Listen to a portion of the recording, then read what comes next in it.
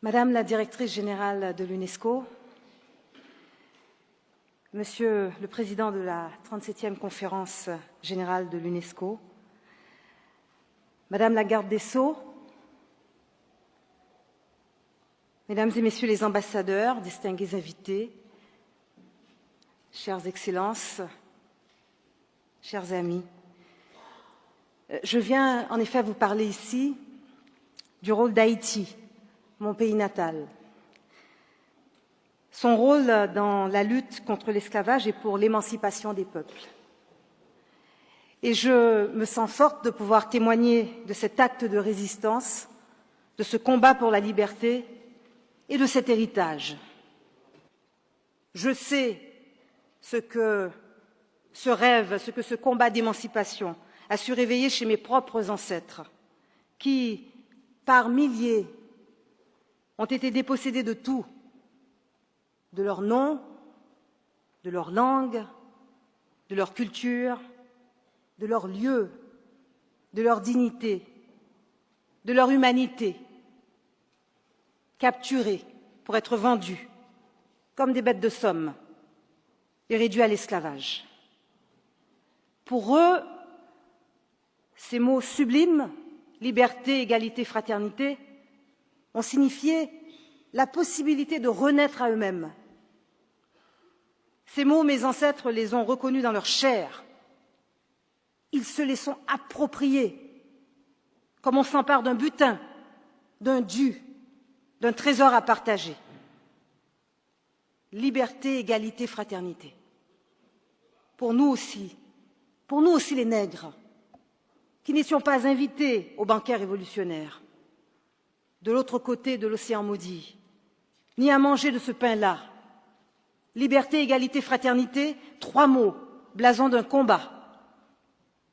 Un combat éprouvant, oui, jusqu'au sang, mais jamais, jamais comme la morsure du fouet, jamais comme la morsure de l'humiliation, du viol, de la dépossession et du racisme, jamais comme les 350 ans de traite infâme et inhumaine.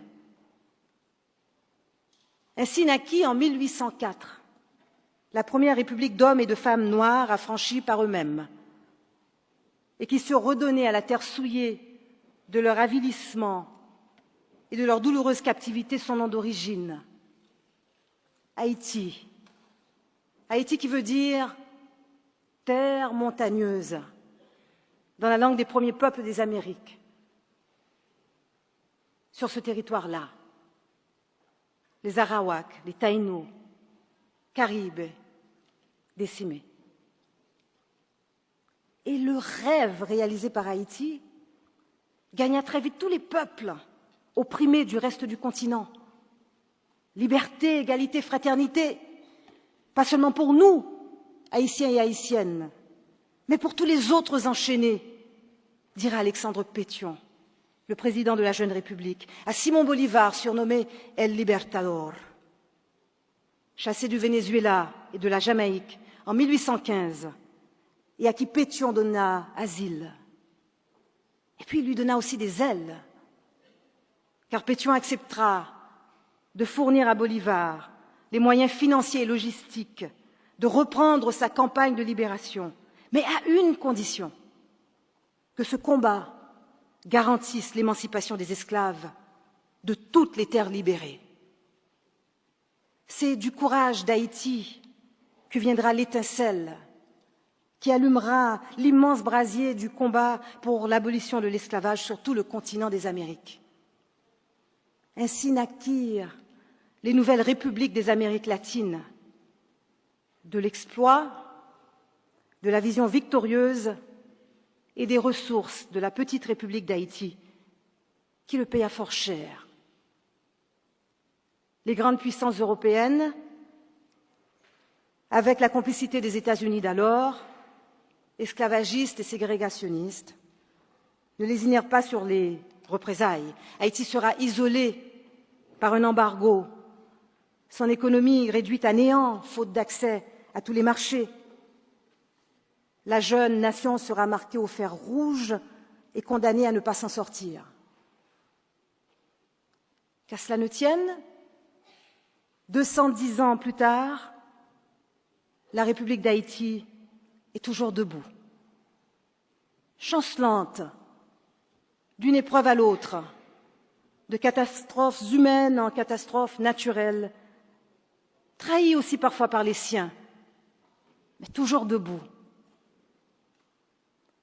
De cette histoire, les Haïtiennes et les Haïtiens veulent que l'on se souvienne, car elle est l'offrande d'un petit pays, berceau d'une grande aventure, que le poète Aimé Césaire a su si bien résumer.